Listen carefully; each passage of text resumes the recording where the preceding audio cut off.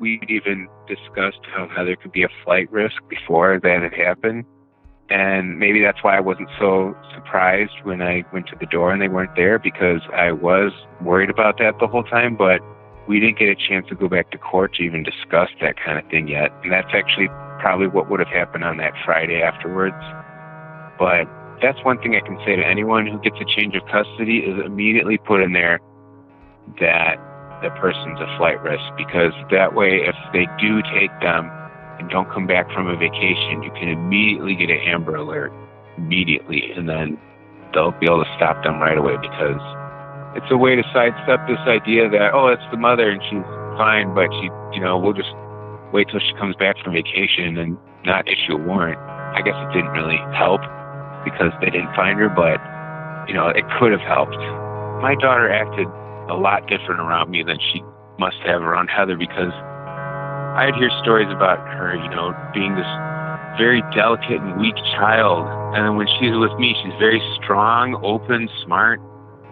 She wasn't afraid to say her opinion. She was very happy to do things. She's very helpful around the house, very much the peacemaker between all the girls, and always wanted to do things. And maybe around Heather, she had to be around Heather all the time, but when she was here, she's very independent.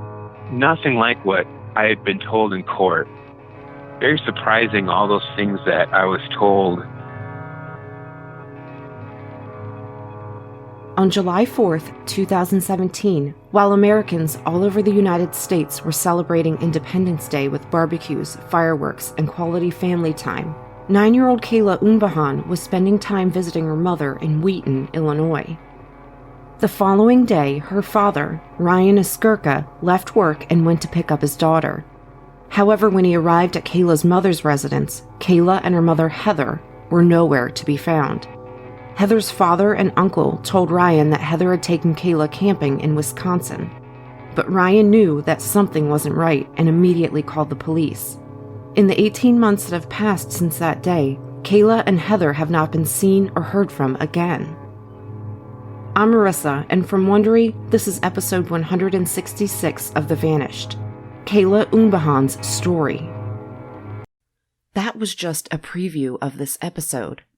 To hear the rest of the story, visit thevanishedpodcast.com or search for The Vanished on Apple Podcasts, Spotify, Stitcher, Overcast, or wherever you listen to podcasts.